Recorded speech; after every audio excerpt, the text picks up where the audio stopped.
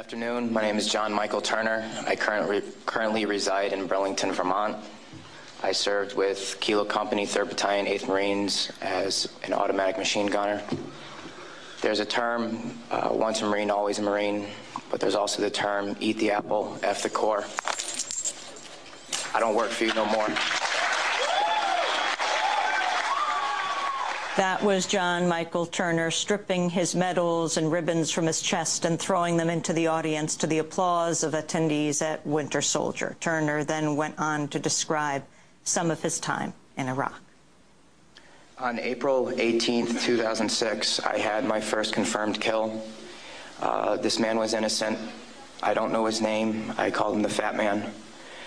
He was walking back to his house, and I shot him in front of his friend and his father. The first round didn't kill him after I had hit him up here in his neck area. And afterwards, he started screaming and looked right into my eyes. So I looked at my friend who I was on post with, and I said, well, I can't let that happen. So I took another shot and took him out. He was then carried away by the rest of his family. It took 7 people to carry his body away. We were all congratulated after we had our first kills, and that happened to have been mine. My company commander personally congratulated me, as he did everyone else in our company. This is the same individual who had stated that whoever gets their first kill by stabbing them to death will get a 4-day pass when we return from Iraq.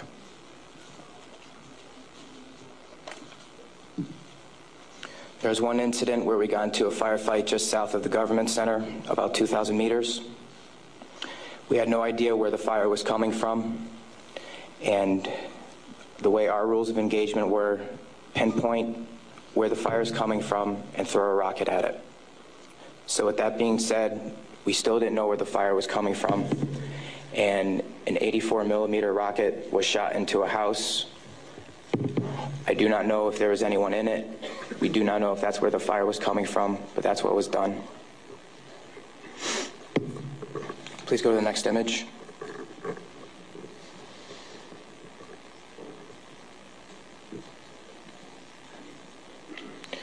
This man right here was my 3rd confirmed kill.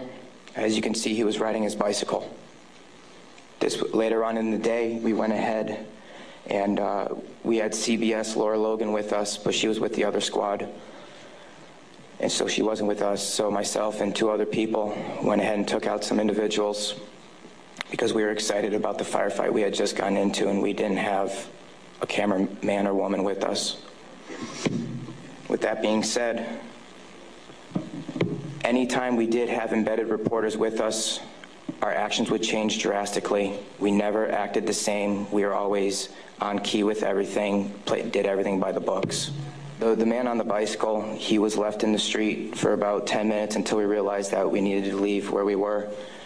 And his body was dragged about 10 feet to the right of him, where his body was thrown behind a rock wall, and his bicycle was thrown on top of him.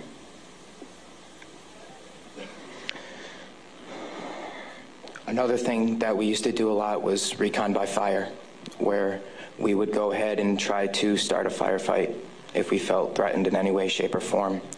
There's one particular incident where we were working with the Iraqi Army and the Iraqi Special Forces in downtown Ramadi, and with our squad and the Iraqi Army, there was also lieutenant colonels, majors, first sergeants, and sergeant majors.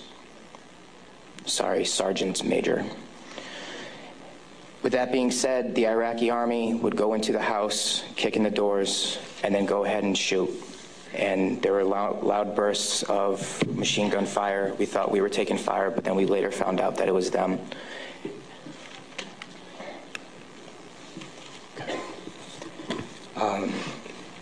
House raids.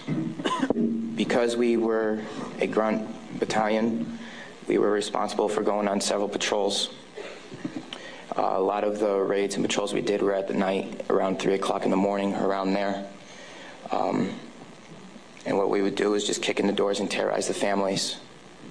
That was an image taken around 3 o'clock in the morning through night vision goggles. And that is the segregation of the women and children and the men. If the men of the household were giving us problems, we'd go ahead and take care of them any way we felt necessary, whether it be choking them or slamming their head against the walls. If you go back to that one picture, that was one man that wasn't taken, that was taken care of in a very bad way. Because of all the wiring that he had, it would be considered an IED making material. On my wrist, there's Arabic for FU. I got that put on my wrist just 2 weeks before we went to Iraq because that was my choking hand. And anytime I felt the need to take out aggression, I would go ahead and use it. Please go to the next picture. Next. There's an instance of detainees and how they were treated in a nice manner. Next. That is the Fatimat Mosque minaret.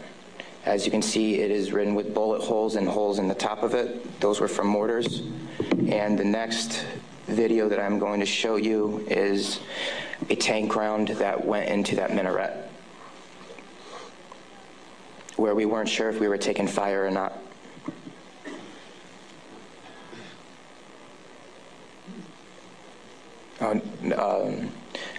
I'll talk about this one. This is after one of the guys in a weapons company had gotten shot. This is a way that we would take out our aggression. For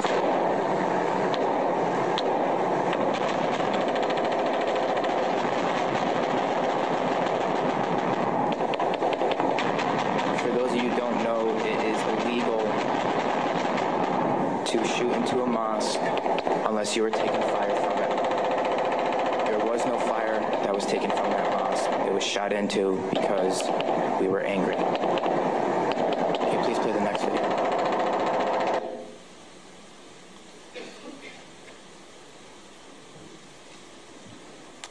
We are on ice cream, trying to suppress the blue and white minaret named Fatimat al-Zahra.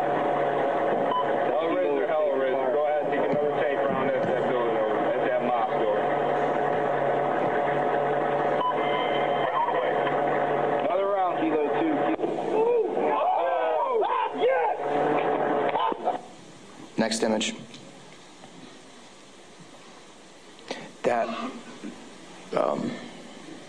okay. With that being said, there's many more stories and incidents for me to talk about, although we don't have the time to. But this just goes to show you that that was the after effect of the tank round. This just goes to show you that everyone sitting up here has these stories. And there's been over 1 million troops that have gone in and out of Iraq. So the possibilities are endless. Next image, please. The reason I am doing this today is not only for myself and for the rest of society to hear, but it's for all those who can't be here to talk about the things that we went through, talk about the things that we did. Next image.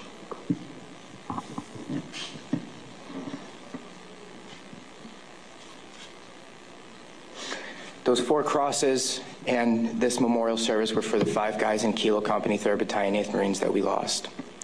Throughout our unit, we had 18 that got killed.